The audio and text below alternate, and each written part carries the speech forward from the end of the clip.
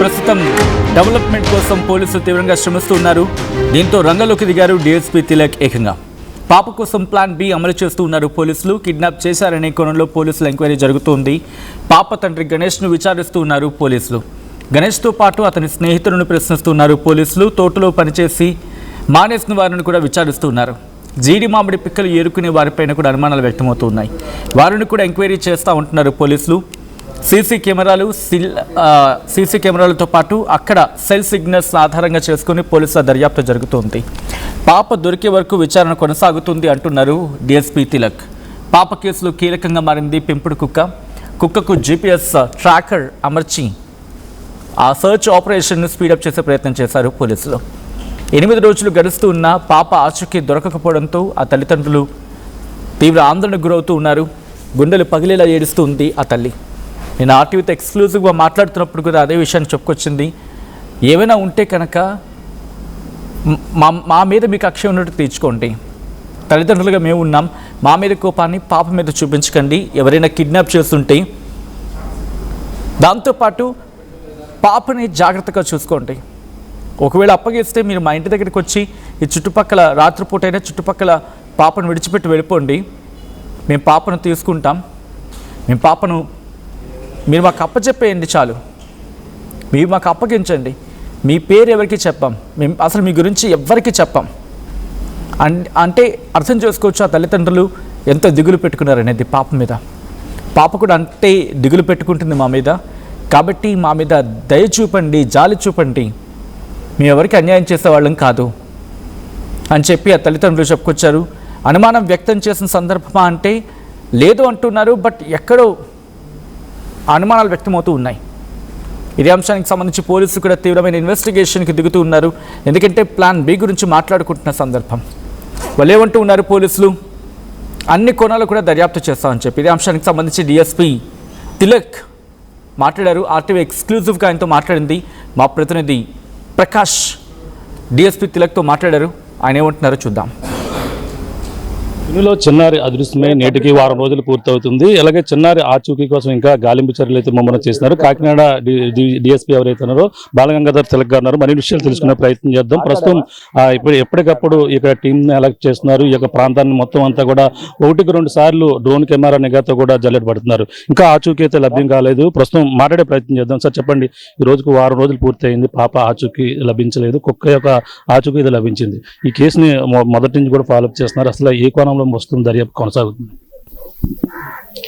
ఇప్పుడు ఆ రోజు మిస్ అయిన ప్లేస్ నుండి లాస్ట్ సీన్ ఫ్రమ్ ఈ గార్డెన్ అక్కడ మా ఇన్వెస్టిగేషన్ స్టార్ట్ అయింది.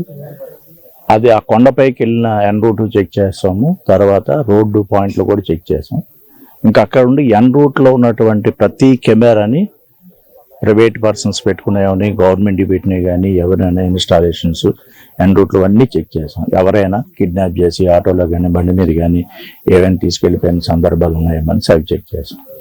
తర్వాత ఇంకా యానిమల్ క్యాచ్ అమ్మ ఛాన్స్ పక్కనే కొండ ఉంది కాబట్టి ఫారెస్ట్ డిపార్ట్మెంట్ వాళ్ళు కూడాను ఇన్వైట్ చేసాం. వాళ్ళు వచ్చారు, అవన్నీ చూసుకున్నారు. అంటే యానిమల్ మూమెంట్ అయితే ఉంది.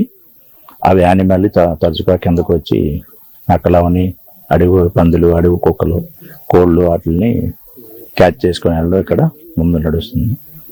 ఈ పర్టికులర్గా ఈ పాపను తీసుకుందా లేదా అనే యాంగిల్ కూడా ఇప్పుడు మేము ట్రాకింగ్ చేసి, అలాగే ఆ రోజును మొదలు మా ఎస్పీ గారి ఆదేశాల మేరకు ఎస్డిఆర్ఎఫ్, ఏఎన్ఎస్ పార్టీ, క్యూఆర్టీ, మా సబ్ డివిజన్ మొత్తం ఫోర్స్ అంతా మేము ఉపయోగించి కోమింగ్ చేసాం. ఇప్పుడు 3 సార్లు కోమింగ్ చేసాం. తర్వాత ఈ చుట్టుపక్కల ఉన్న గ్రామాల్లో ఎన్యూమరేషన్ చేసాం. ఎవరైనా బ్యాడ్ యాక్ట్స్, ఎవరైనా ఈ ఇన్సిడెంట్ జరిగిన తర్వాత వాడు ఆబ్సెంట్ అయిపోయి కనిపించకుండా ఉంటే అవి కూడా చెక్ చేసాం. అలా ఒక 500 ఇళ్ళు చెక్ చేసాము. ఉన్న ఇంట్లో ఉన్నటువంటి ఇన్మేట్స్ని కూడా మేము మాట్లాడాము. ఇతనికి ఇప్పుడు మిస్సింగ్ గాళ్ళు తండ్రికి ఇక్కడ ఎవరికైనా విరోధం ఉందా, ఆర్థిక లావాదేవీల్లో ఏమైనా ఇచ్చిపుచ్చుకోవడం దగ్గర ఏమైనా ఆ యాంగిల్ కూడా చేసాం. అంటే ఆర్థిక పరంగా అతనుకున్న ఇవి. తర్వాత టెక్నికల్ ఎవిడెన్స్ అంటే ఇక్కడ రక్కీ చేసి ఎవరైనా 2-3 రోజులు ముందు దీన్ని రక్కీ చేసి చూసుకొని వెళ్తే ఆ నెంబర్లు తీసుకోవడం, ఆ నెంబర్ల ప్రకారము వాళ్ళు అక్కడ వాళ్ళ యాంటిసిడెంట్స్, వాళ్ళ మీద పాత కేసులు కానీ ఇలాంటి ఈ తరహా కిడ్నాప్ కేసులు కానీ ఏమైనా ఉన్నాయేమో అవి కూడా చెక్ చేసాం. అన్నీ ఆల్ హ్యాంగిల్స్లోని కంటిన్యూస్గా చేస్తున్నాము.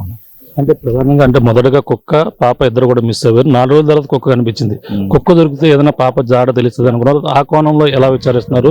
దానికి సంబంధించి ఇప్పుడు ఆరో తారీఖున పాపతో పాటు మిస్ అయినట్టు కుక్క 4 రోజుల తర్వాత వచ్చిన తర్వాత దాని ప్రవర్తనలో కొద్దిగా వైల్డ్నెస్ ఉంది. ఆ వైల్డ్ బిహేవియర్ ఏంటా అని మేము విచారించాము. చేసిన తర్వాత అది ఇంటి యజమాని మీద కూడా తిరగబడి కరిచి వెళ్ళింది. తర్వాత దాన్ని అయితే డాగ్ క్యాచర్స్తో పట్టుకొని వెటనరీ డాక్టర్ గారితో చెక్ చేయించాము. ఆయన కూడా ఏమన్నాడంటే డ్యూ టు స్టార్వేషన్, 4 రోజులు దానికి భోజనం లేక, నీళ్ళు లేక, సదుపాయాలు లేక, ప్రజలకు దూరంగా ఉండడం వల్ల ఆ విధంగా ప్రవర్తించిందన్నారు. ఇప్పుడు now she is very all right.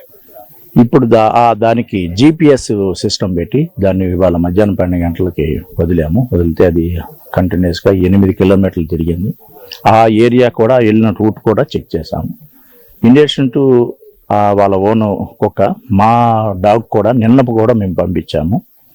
ఈ సెంటు ఉపయోగించి స్నిప్ చేసి దాన్ని పంపిస్తే ఆ రూట్ కూడా చెక్ చేసుకుంటూ మా పోలీసు కుక్క వాడిన రూట్ కూడా మేము చెక్ చేసాం. అంటే ప్రధానంగా కుక్క చెప్పే ఒక ఎవిడెన్స్ పైన మన ఆధారం ఉంది. ఇంకా అనేక కోణాల్లో ఇంకా దర్యాప్తు కొనసాగుతుంది అనుకోవచ్చు. It is one of chance. అది ఒక్కటే కుక్క మీదే కదా ఆధారపడింది.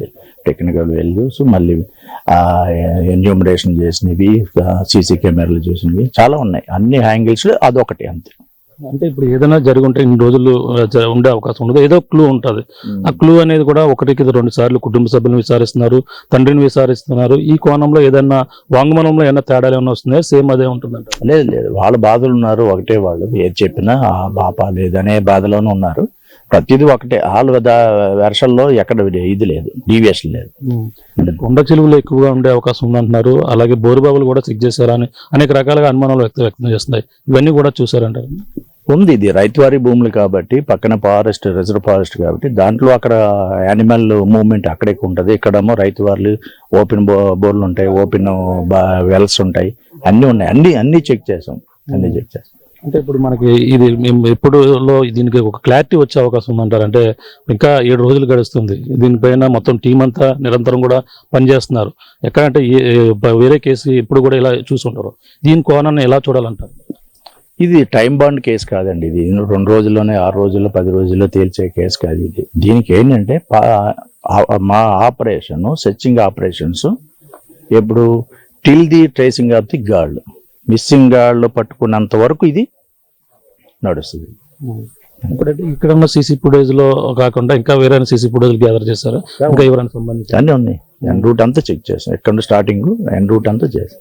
Okay sir, thank you. ఇది పరిస్థితి. ప్రస్తుతం దీనికి సంబంధించిన అన్వేషణ ఇంకా మొదలుపడుతుంది. అలాగే ఒక పక్కన ఏదైతే దానికి ఏర్పాటు చేసిన GPS మీద ఆధారపడలేదు, కేవలం ఇంకా అనేక కోణాల్లో పక్కన టెక్నికల్ ఎవిడెన్స్లు, అలాగే తల్లిదండ్రులకు సంబంధించిన ఎవరైనా కాల్స్ సంబంధించిన ఈ లొకేషన్లో ఆ రోజు జరిగిన నేపథ్యంలో వాళ్ళకి సంబంధించిన కాల్ డేటా కూడా ప్రతిదీ కూడా పూర్తిగా అన్ని కోణాల్లో విచారణ జరుగుతుంది. ఓ పక్కన ఏదైతే దాని GPS ఏర్పాటు చేసిన నేపథ్యంలో ఈరోజు 8 కిలోమీటర్లు కూడా ట్రావెల్ చేసిన కుక్క, ఒకవేళ పాప వెళ్ళిన ప్రాంతానికి వెళ్ళే అవకాశాలు ఉన్న ఉద్దేశంతోనే ఆ కుక్కకి ఆ విధంగా GPS ఏర్పాటు చేసాం. దాని స్టెబిలిటీ వచ్చిన తర్వాత ఖచ్చితంగా వెళ్ళే అవకాశాలు కూడా ఉన్నాయి. అలాగే అది పక్కన విచారణ సాగుతుంది, మరో పక్కన టెక్నికల్ గా సీసీ ఫుటేజ్ మొత్తం ఈ చుట్టుపక్కల ఉన్న ప్రాంతాలు, ఆ గ్రామాల్లో ఎవరైనా మిస్సింగ్ ఉంటే ఆ సంబంధించిన వివరాలు మొత్తం అన్ని కూడా పక్కన ఇన్వెస్టిగేషన్ అయితే సర్వేగంగా జరుగుతుంది. 1 వారం రోజుల పాటు ఈ విధంగా మొత్తం టీం అంతా కూడా పోలీసులు మొత్తం అంతా కూడా పనిచేస్తున్న పరిస్థితుల నేపథ్యంలో పాప ఆచూకీ కోసం ఇంకా గాలింపు చర్యలు అయితే కొనసాగుతున్నాయని, దీనిపై లోతైన దర్యాప్తు ఇంకా కొనసాగుతున్న పరిస్థితి ఉందని,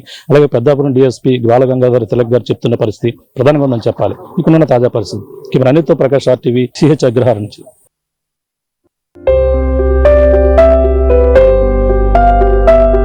చిన్న చిన్న ఆనందాలు 35 ఏళ్లుగా నా జీవితంలో లేవు.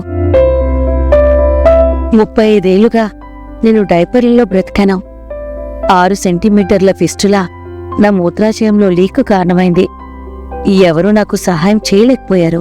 AINUలో వైద్యులను కలిసే వరకు. అక్కడ వారు రోబోటిక్ శస్త్రచికిత్సతో నాకు పరిష్కారం ఇచ్చారు. వారు నా ఆత్మవిశ్వాసాన్ని కూడా తిరిగిచ్చారు. Precision care makes it possible. The Center for Robotic Surgery at AINU. At KL, the expertise of the world in the palm of your hand. KL deemed to be university.